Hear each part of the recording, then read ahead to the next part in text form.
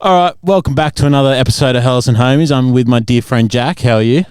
I'm doing well, thank you, sir. It's good to have you on, brother. It is amazing to be here. Yeah. No, thank you for coming. What's been happening? Dude, not much. Just living life. Yeah, I mean, like we caught up before. Yeah. But yeah, no, just working, living the life, I guess. I don't know. Yeah. Speaking of working, bro, let's get straight into it. Yeah. Glue. Yeah. Now, you got a cool story with Glue. Yeah, I do a little bit, yeah. Yeah, so when I started working at JB, you're working at Glue as someone on ground floor. That's right. And now you're part of the photography and you're like one of the main photographers, aren't you? Yes, yeah. So, yeah, it's funny how that kind of all came about.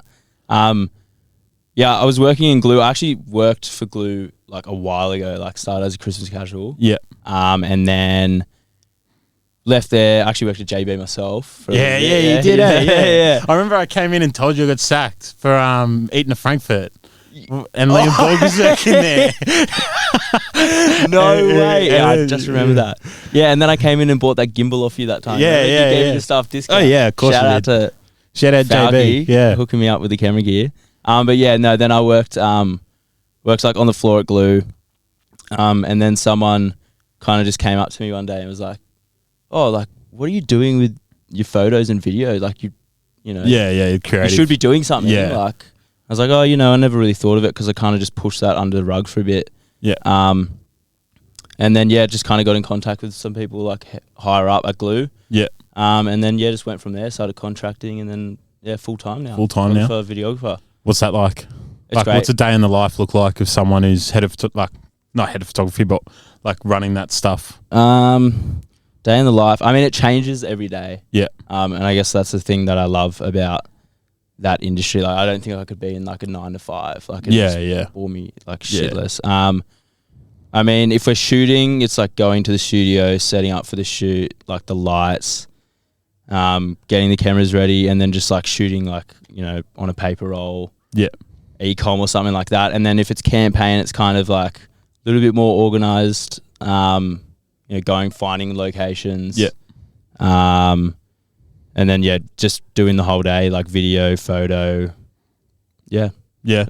So like when it comes to planning like a campaign, what does that look like? Because a lot of people that are listening like run small businesses. Yeah.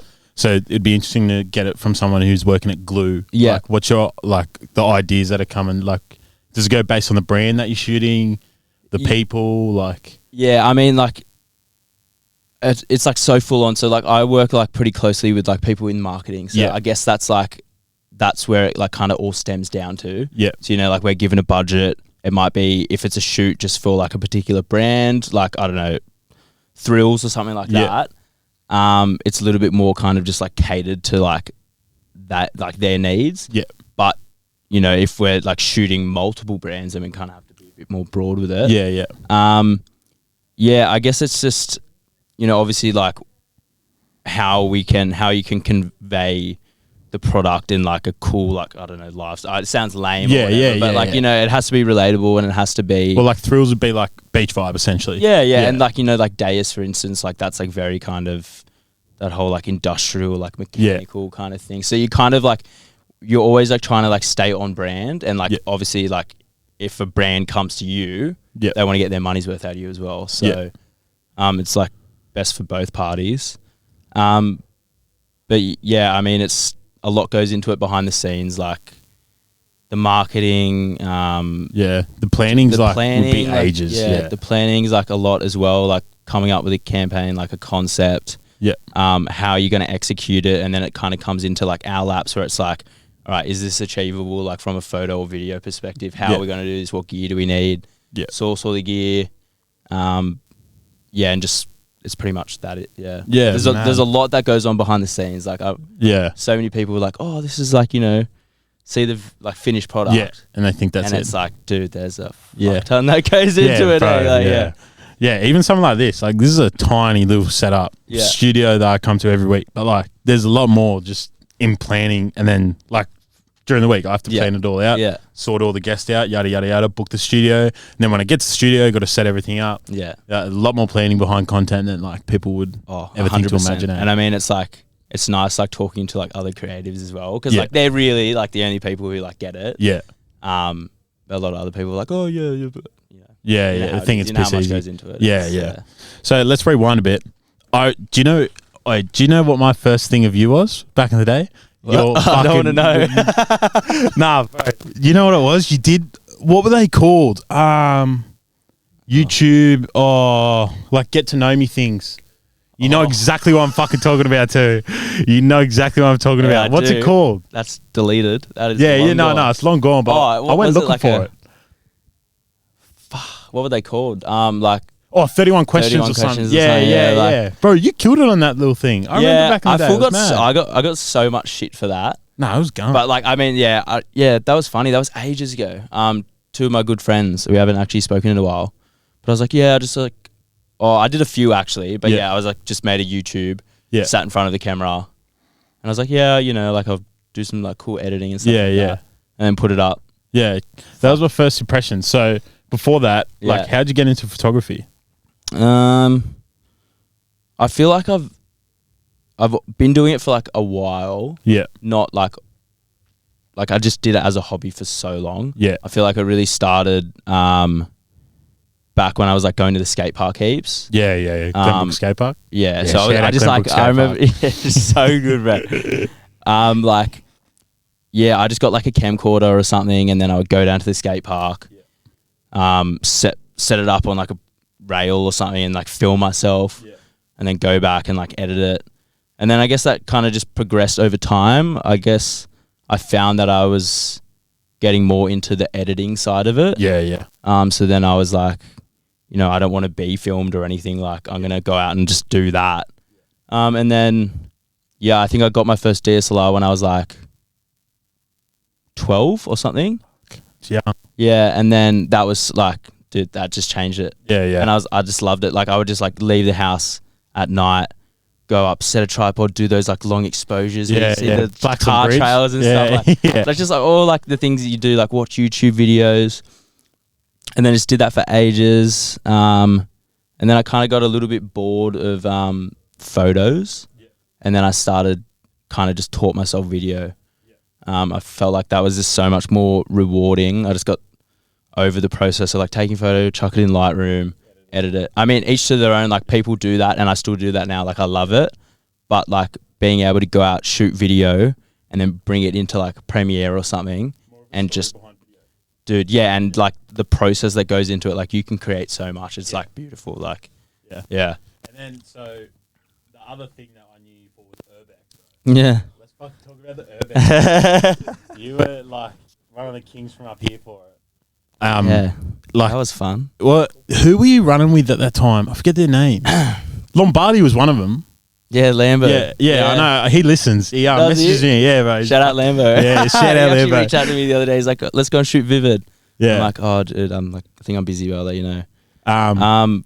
So I had like a few people that I met from the city. Yeah. But yeah, we just used to go in and run amok. Yeah. Like things that you just don't like. Yeah. We'll tell your parents. Yeah. Like it wasn't that bad, but like, I mean, like. I think the trains were worse than the rooftops. Yeah. I reckon the trains are way worse. Yeah. But yeah. It was pretty hectic. It was like, you go from like, I mean, we were just, don't want to incriminate myself. Like, I mean, like, you like go onto rooftops and then like trains and stuff. Yeah. Like, hanging out of trains and running into tunnels. Bro. But like, it all like really came down to like the photography aspect. Yeah. And that kind of like reignited my passion for it because it was like something so different. People aren't seeing this every day as much as it might like be frowned upon in the public eye. It's sick. And people are like, whoa, like, dude, how'd you get that photo? Yeah. Like, yeah. Bro, the coolest place at Urbex I never found was that tunnel that's abandoned in Sydney somewhere.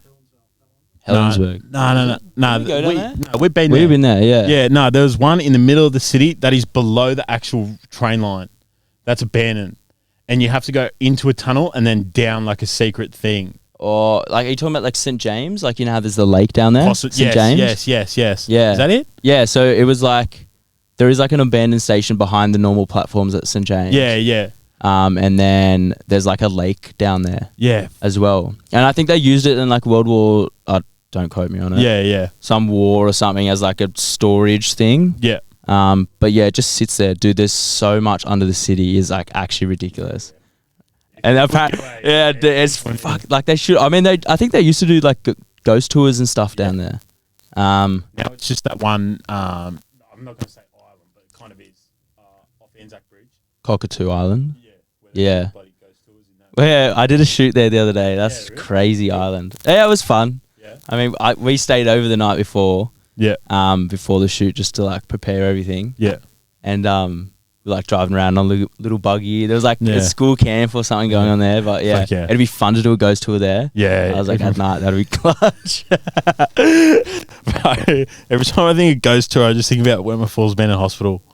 Oh my God. I never went there, but fuck. You never come.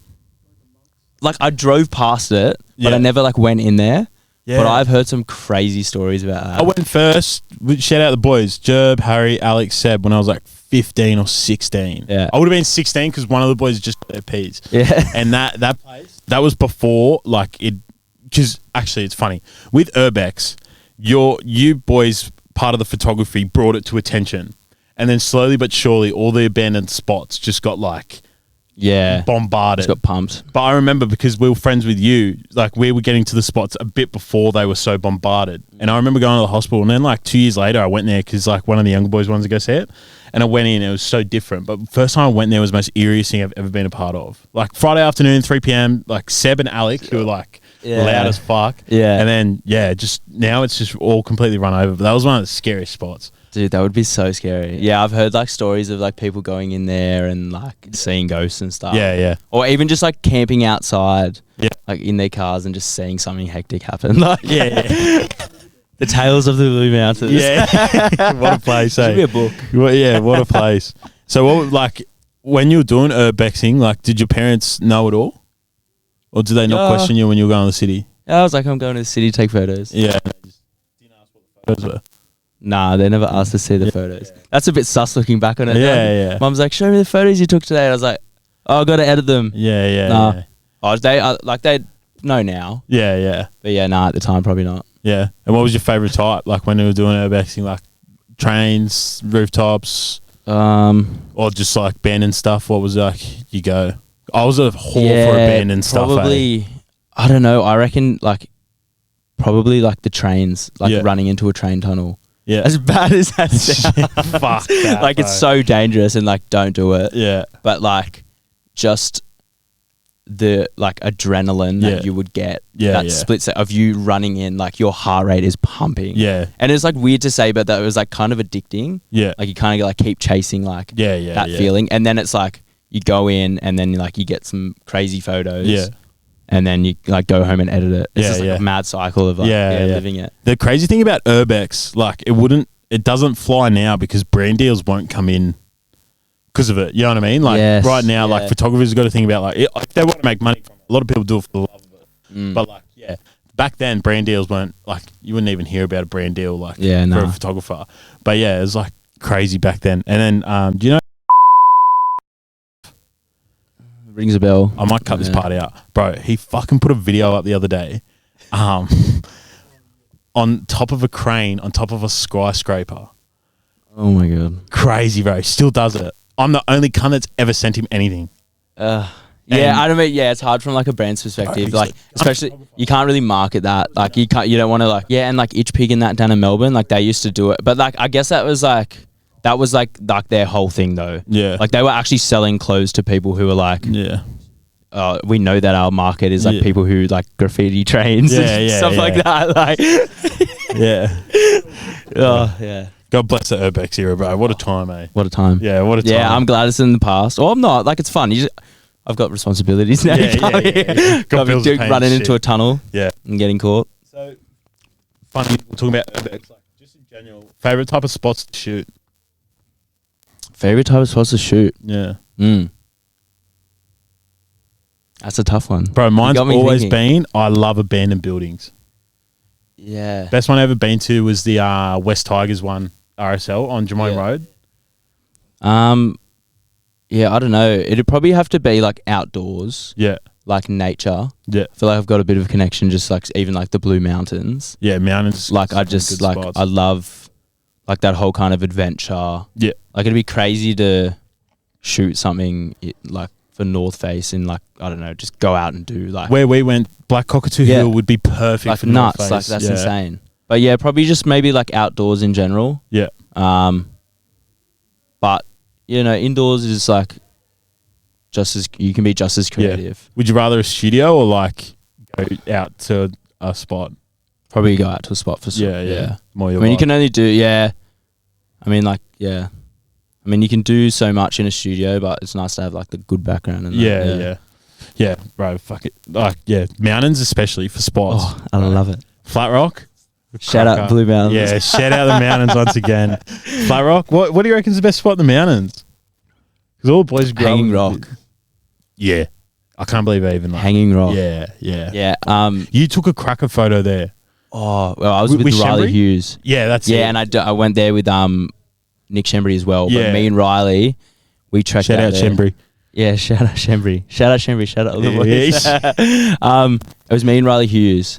We trekked out there and like we took so much camping gear. It was like the middle of winter as well. Yeah, right. And like we couldn't get past the first gate, so we just had to keep walking. Ended up pitching a tent on like the edge of this cliff. Yeah, and then just slept overnight and then just woke up to the most incredible sunrise. Yeah. Like open your tent, sunrise over the valley. Like you can't really describe it. It's just nuts. But yeah, that was insane. And that rock is very scary. Yeah. Like walking out to the edge of that rock, you're so exposed out there. Like it's so scary. I'm like there on the edge like, I can't. Yeah. I remember us going to the sunrise. We went to a few. I think you and Riley went out and I woke up late, but you went out all the way to like, where is it called? Jenolan Caves almost. What's that place called? Yeah, like, you know exactly what I'm talking about. Yeah, it's like out near Oberon. Yeah, like out the back of Oberon. Walls. Kangaroo Walls. Yes, Kangaroo Walls. National Park. Yeah. And then where else? We went to Royal National Park at like some ridiculous hour. Me, you, Tom, Riley, Jerp. Yeah. Were you there for that one? Maybe not. And we had the bike and we're at Wedding Cake Rock. Nah. I don't think so. I used to go heaps. Yeah, fuck. Yeah, I remember all those sunrises, but I used to go to Mount Hay with like Jasper and Harry and like. Yeah, I've been to Mount Hay with you. That was in the X Trail. Yeah. Shout out the X Trail. I'm putting a post up as soon as the podcast is done. Nonetheless, we'll move on from spots. So like networking wise, how do you find it like being in the big retail space now? I feel like as a creative, you obviously have to be talented at what you do. Yeah. But I think it's, especially in this industry, and like I've come to know that, it's more like not what you know, it's who you know. Yeah. I feel like networking is like so crucial to like any creative's kind of success. Yeah. You know what I mean? Like you go out, make good connections, just have a good impression on someone and they will remember you and they'll keep coming back to you. And like if you were freelancing, for instance, like, you know, if you have a good like reputation, people like you, you're going to get repeat customers, and that's like massive key to that business. Yeah. One thing I've learned from networking, like just even in this space with some of the people I've met, it's not about them liking you, it's about them respecting you. Yeah. So just like for anyone listening that is trying to network into a space, like I have nothing to really offer compared to Jack. Jack has a whole catalog to show. I'm just a kid who wants to do a podcast, but like you have to, don't worry about them liking you, worry about them respecting you, and then you having the knowledge to back it up as well. If you do get into those like type of conversations. Yeah, 100%. And like, I mean, like I've always like, I kind of, when I first started doing this, I didn't like, I know a lot more now, but I never knew as much as I do like now. Yeah. But I still kind of went into it with the mentality of like coming across as like being like knowledgeable. Yeah. Kind of just like, you know, like, and just being personable with someone. Yeah. You know, and then, if you get the job, then just, you know, great. Good opportunity for you to teach it and learn. Yeah. But yeah, it's crazy. Yeah. Yeah. And you basically networked your way to that, like the job you're at now, from ground floor. Pretty much. Yeah. Yeah. It's crazy. Yeah. Good on you, bro. Thank you. It's mad, It's fucking mad. So with working with glue people, who have you worked with in terms of like notable people? Because I just spoke to you about Kwame Yaboa. Is that how it's Kwame? Yeah, Kwame. I don't know. I don't know how you pronounce it. Yeah, Kwame. So for people that don't know, Kwame, I used to use him. So back in the day on FIFA, you know how you have like bronze, silver and gold cards? Yeah. Yeah. So it used to be like a myth of a handicap. So you could use bronze cards and beat like people with like teams they paid for. So I used to use Kwame because I used to use like Aussies that were gun, and he was rapid. Yeah. So anyway, he was playing in Germany, and then he ended up signing for Mönchengladbach, and for football heads, you'll know that's a massive club. And then he signed for Wanderers, and then he said, "Oh, I'm leaving Wanderers. I'm going to do modelling. Like it's something I've wanted to do for a long time." And then out of nowhere, I see you post him. Yeah. Crazy, bro. That's nuts. What a small world. Yeah, small world. Yeah. Yeah. No, he's good. He's a good guy. I didn't realize. Like, I just like he was like such a nice dude. Yeah. Like great person to work with. Didn't mention he was a footballer. No, I didn't. No, he didn't. Yeah, he's so very rate humble. that. He's Rate very that. humble. Yeah, Yeah. rate I think that. it was just like us like going on after and like stalking his Instagram. Yeah. Like this guy's a fucking professional Yeah. footballer. I'm like, what?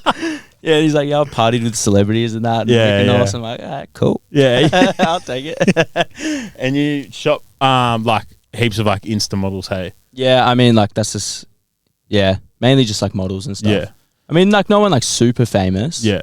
But like there's been, I don't know. I mean, people with like lots of followers, Yeah, but like yeah. are they really famous? Yeah, It's yeah. weird, but yeah. How do you find like, we're not going to name drop, but just in general working with influencers, how do you find that? Most of the people that we work with feel like it might be different for another company or something. Yeah. They're pretty like nice, like Yeah. very down to earth, very humble. Yeah. Not as stuck up as you would like think an influencer Yeah, would be.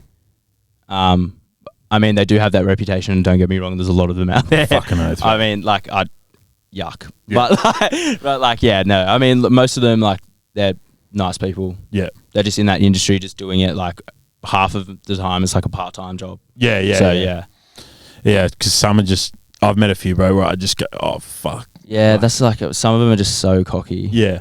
They You get just can't full. be like that. And then you, like, yeah. With influencers, the one thing I've always been, like, I always say to people that kind of get a bit of influence on social media is like your engagement is like your number one. Yeah. Like without engagement, don't worry about it. Don't worry about like if you have 200k followers and you have like 10 comments. Yeah, I know. Yeah. Yeah. I mean, it's just numbers. Like people with like 500,000 followers and they're just getting no engagement. Yeah, yeah.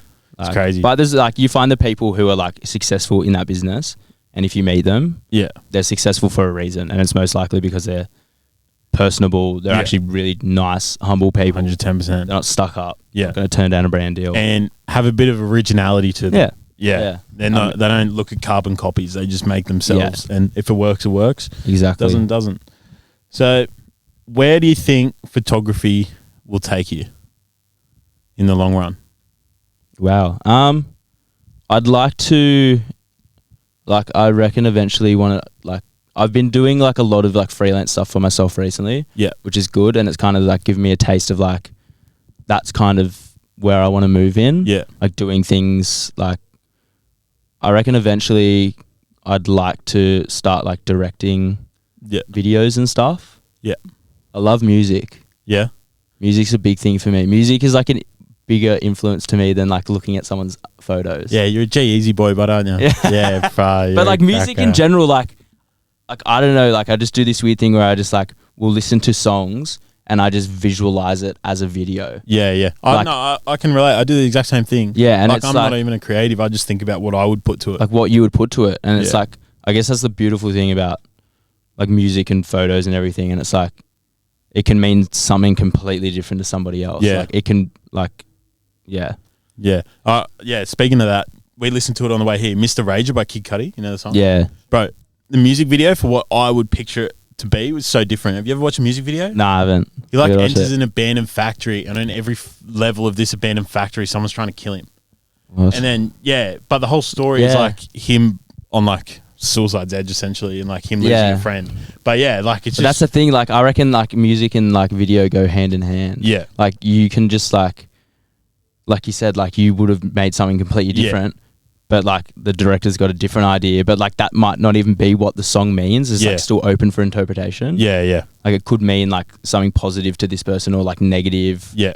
It could be something simple as like, I don't know, like, you know yeah. what I mean? Like, yeah, like completely different interpretation. it's like, yeah. Yeah, you could be the Yeah. Cole Bennett of Australia. I see that. Yeah. Love Cole Bennett. Yeah, he's a goat, eh? Should have worn the Birkenstocks. I was Yeah. gonna. The Jerusalem Cruisers. Yeah. I was like, do I rock up in the Jerusalem Cruisers? Fuck, should have, bro. Yeah, Cole Bennett, dude, like nuts. Yeah, he's insane. He's probably one of my biggest influences. Yeah, he's like just his style of editing. He's like, and he's so young, dude. Like he's so creative. How old is he? 21, 22? Oh, maybe like 23. Yeah. Yeah, he's Have you seen all the videos on like TikTok of like white people that be accepted in the hood? And it's just edits of Cole Bennett and like Vic Blends. I don't have TikTok. Really? No, I was like hoping you were going to bring this up. What? So like, why I need to pick TikTok? your brain with it. I don't like it. What? Oh, because of the scroll? No, I don't know, dude. I just have never downloaded it. Yeah. I've never gotten onto it. Yeah. Like, I should probably give it a chance. Yeah. I just, I kind of just like more like long form.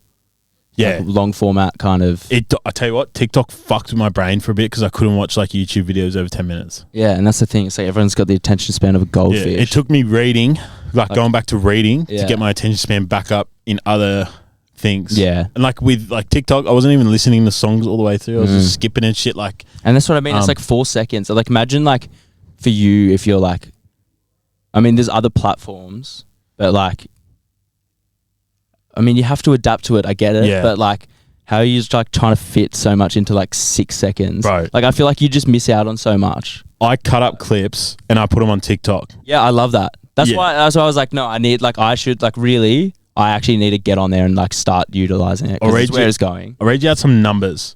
Like, so, all right. So I did a clip with Kev interviewing Kendrick. Yeah. Got 2,000 views, right? Nuts. No, bro. I did Tom Alderson talking about DJ set advice. Got 142K. Nuts. See, yeah, like, there's so much reach. Maybe I do need to go on there. And then I've got a clip of me talking to Ned and John about how Parramatta are Tottenham. And that got 60K. And then another one about a drill song. Just me and Jason talking. Got 145. Yeah. Mackie G Tour. We did a thing on that. 42K. Fuck. And on Insta Reels, I got 200K on Bomber talking about Bear Man because they grew up together. What? So yeah, it must have a different where it's at. Yeah, it must have a different algorithm. I feel like Instagram's dying. The For You page on TikTok is like knows too much essentially. Yeah, it's so. But like for a creator, if you're not on it, like I fucking highly suggest everyone gets onto it. Yeah, because no, for sure, you'll find your target audience because Insta it is becoming so hard, and you're like. To be honest, like Insta now has just become like more of a modeling thing, I find, than like a lot of good. It's hard to find like quality content, I reckon. Like I feel like you'd be the same. Like, I don't know. Instagram's dead. I like don't even upload any work to it. Yeah, like, I've noticed. Like really, you don't put too much. I'm kind of just like looking. I mean, like you got like websites and stuff, but like maybe TikTok is kind of. Fucking love. I just feel like it just looks a bit. It looks a bit cheap. No, but I love that, like, you know, everyone can go and do it. Like, you've got your phone in your pocket, you can make hectic stuff, and, like, people are going to see it. Yeah. But it's, like, if you're, like, really, like, you know, doing professional stuff or whatever, I feel like you're kind of just, like, dumbing your work down a bit by just chucking over. Yeah, fucking well, it's short form video. Like, I feel like it'd be hectic to, like, actually, like, you know, edit something really cool in, like, After Effects or something and chuck it up on TikTok. Because people are just so used to seeing like iPhone edited videos. They're like, holy fuck, this is cool. Yeah, you got to remember like King Batch and all those guys who do like what are they called? No, I'm not thinking. Zach Levine. That's his name, isn't it? He does like it's not him. Yeah, is that it? Yeah. Do you know that guy? And he does like, if I showed you his face, his face you'd know it for sure. But anyway, he uploads like TikToks where he is the best editor I've ever seen in my life. Yeah. And just all that type of stuff like that.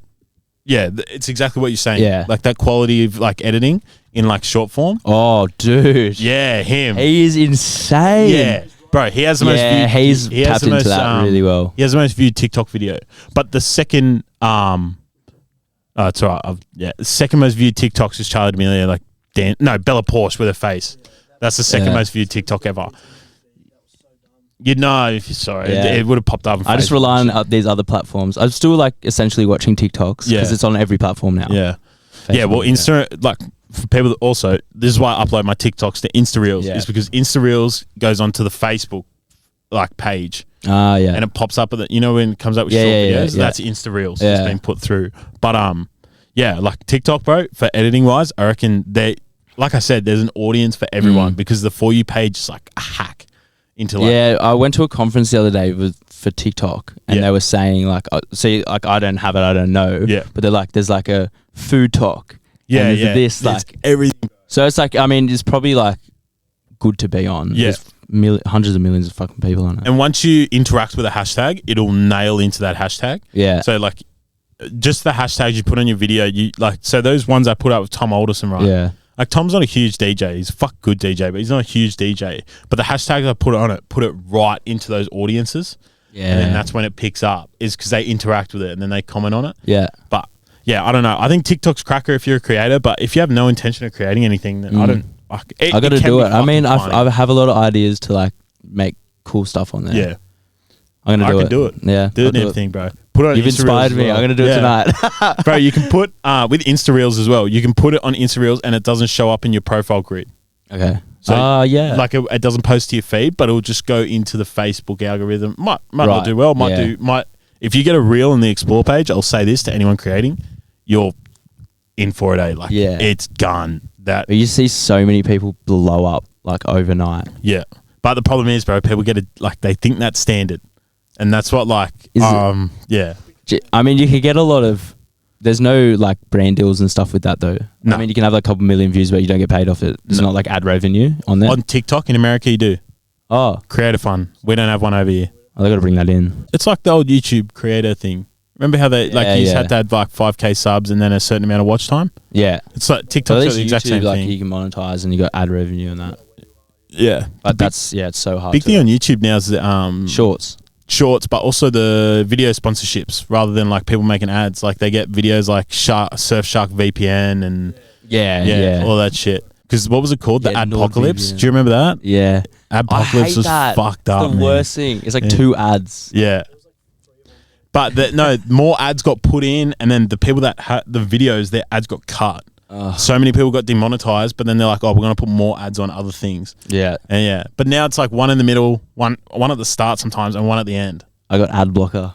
Oh man, on that. Yeah, I'm getting on that, bro. It's so good. How do I get it on my TV? But I don't know. Oh no, you can't. Yeah. I mean, yes, it should be through your account. Yeah, right. But I don't know. But then again, you're not supporting the people. I don't know. The creator. Yeah. I just got over it. I'm not watching 3 ads. Yeah. A 30-second tutorial. Who's your favorite YouTuber? Mine is Spencer Cornelia at the moment. Shout out the GOAT. He is the best, bro. Is this finance guy that calls out all these fake gurus and shit? Stuff that would be, to me and you, fucking blatantly obvious as a scam. But when he reveals the numbers, you're like, holy fuck, so many people fall for these things. Like, lucky he makes these videos. Yeah.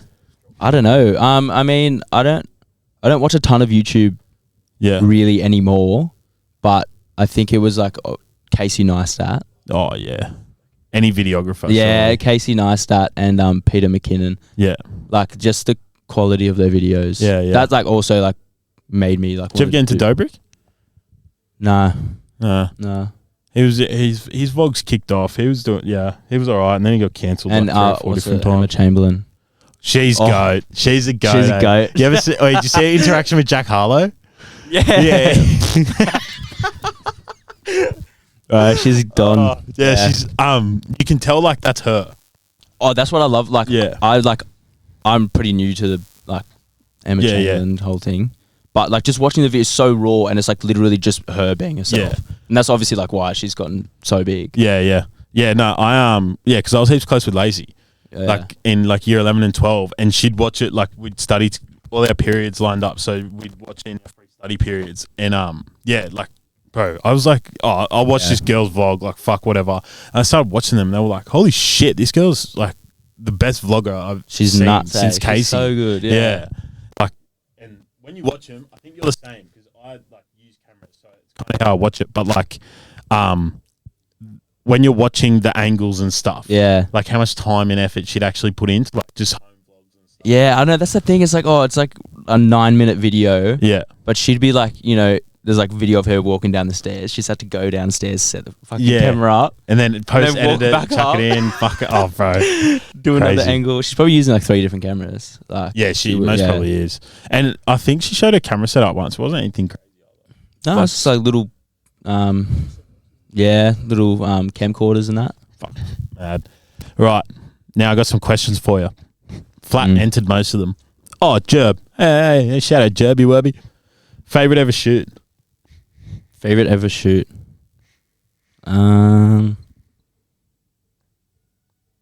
Probably I did. It was like probably like the first gig that I did, and I got like a decent amount of money for, like freelance. It was a while ago.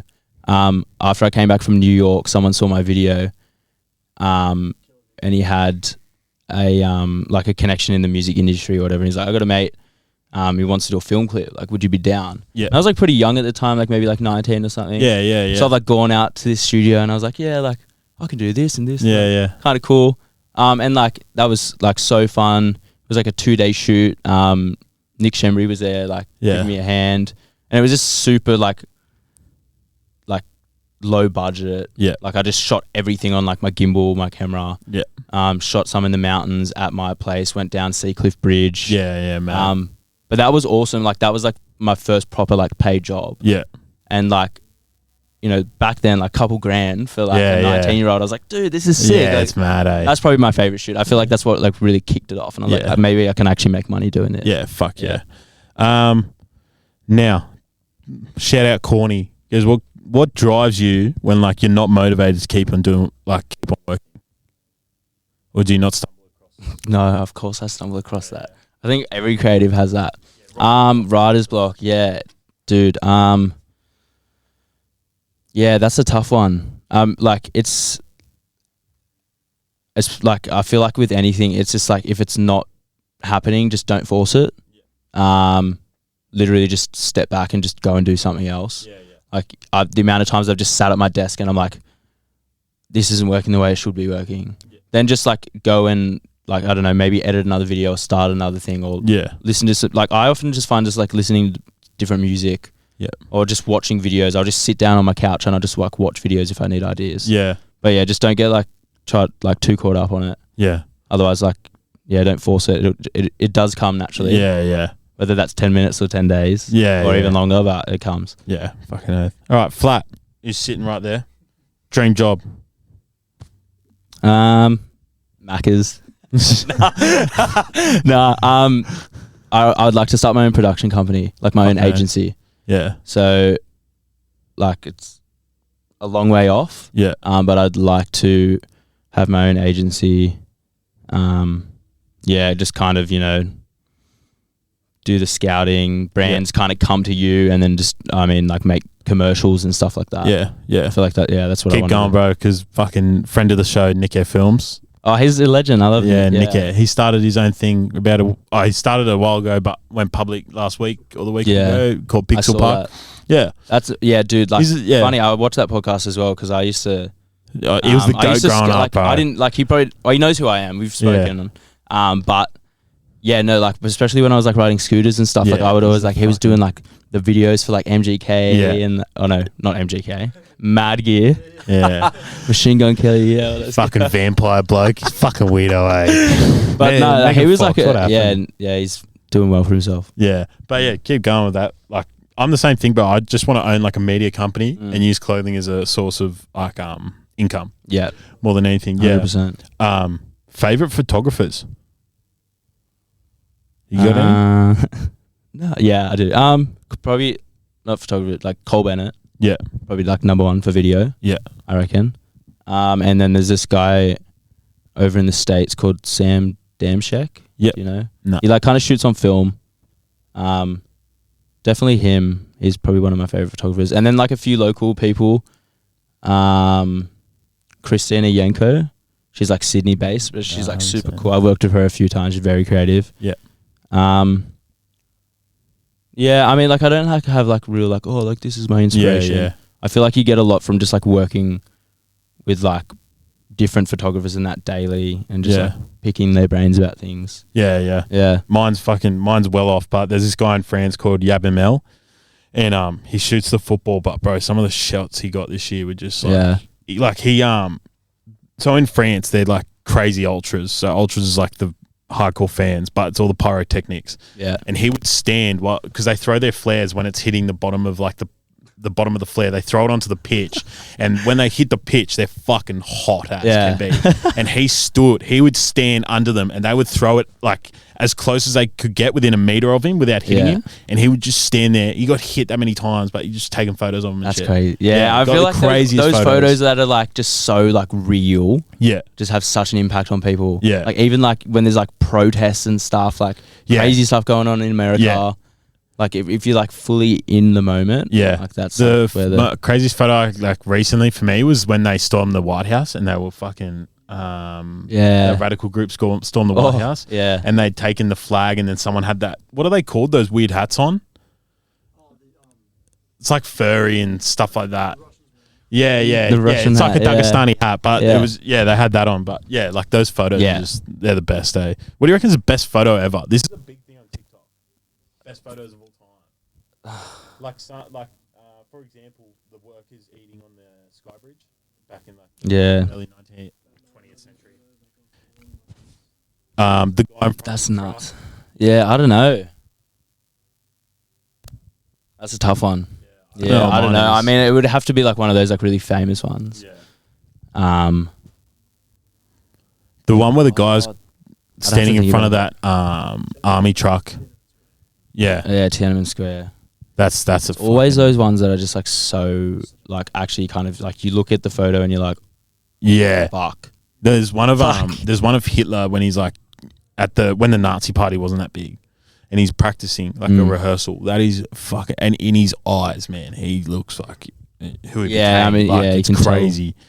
Tell. Yeah, probably those like 9/11 ones and that they're very intense. Yeah. I feel like that's just like so full on, like dude, that's fucked. Yeah. Personal. So, if you were to be a personal photographer for a rapper, who would you be? Like, who would you shoot for? I think I know the answer. Yeah, you might, but like I don't know. It might have changed. You wouldn't be G-Eazy's personal photographer. Oh, I would. Yeah. I feel like we'd just party too much. Yeah. Get a lot of work done. I'd love to be Post Malone's. Yeah. That'd be vibey. So just like an artist, hey? Yeah. Artists you think you could align with and work, like get the best out of their work. Yeah. Probably Post Malone, maybe. Yeah. Yeah. You feel like you could fit that vibe? 100%. Yeah. That actually Tyler the Creator would be pretty cool. You showed me Yonkers. Did I? Yeah. Yeah. Actually, he'd be fun to shoot for. Yeah. Yonkers is one of the best songs ever. Dude, that is nuts. Yeah. I love Tyler. Yeah, maybe. Nah, G-Eazy. Yeah, G-Eazy. I mean, I was just, Do you reckon he's fallen off a bit? 100%. Yeah. Get his shit together. He's not doing well at all. Is his latest album shit? I love it. Like, I reckon it's great. But I don't know, somewhere along the lines he just fell off. Yeah. Yeah, that whole Halsey and that. I think that caused a bit of shit for him. And then he went through a few personal things. Yeah, because the two albums that kicked off were When It's Dark Out and what's the other one? These Things Happen. Yeah, these things happen. And then When It's Dark Out.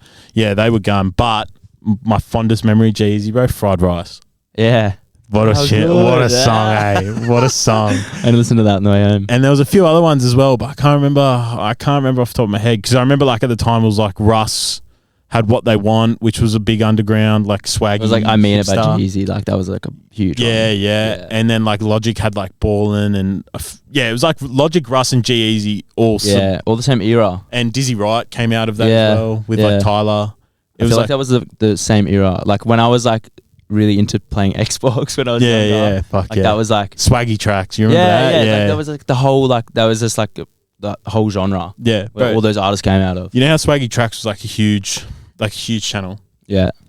Fucking, you know how there was like a dubstep one, like where they'd have like the UK, black screen. Was it UKF? Yeah, with like that with the things. Yeah, so the first guy to do the black screen and then it'd have the circle in the middle and have the beat rising around. Yeah. He lived 2 streets away from you, got taken down. He was still in high school at Columbus. Really? Whitest kid.